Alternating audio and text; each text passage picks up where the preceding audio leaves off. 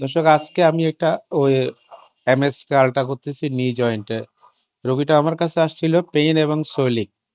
তো বরাবরে আমরা যেটা মনে করি কমন ডিজিজ অস্টিওআর্থ্রাইটিস।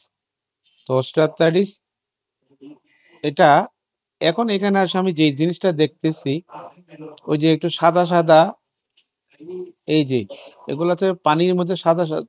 তো এখন এই রোগীটা যখন আমার কাছে আসছে পেইন এন্ড সোয়েলিং, আমার কাছে মনে হচ্ছে এটা অস্টিওআর্থ্রাইটিস। কিন্তু আমরা এখানে তাহলে আমি এখানে পানির মধ্যে যে জিনিসগুলো দেখতেছি সাদা সাদা, এটা তুষারপাত।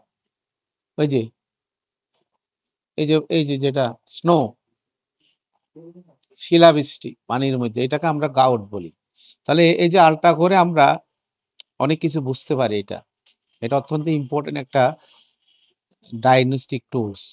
তো এটা যখনও জয়েন্টে যদি আঘাত ছাড়া যদি ব্যথা হয়, আমরা অস্টিওআর্থ্রাইটিস বুঝতে পারি, গাউট বুঝতে পারি।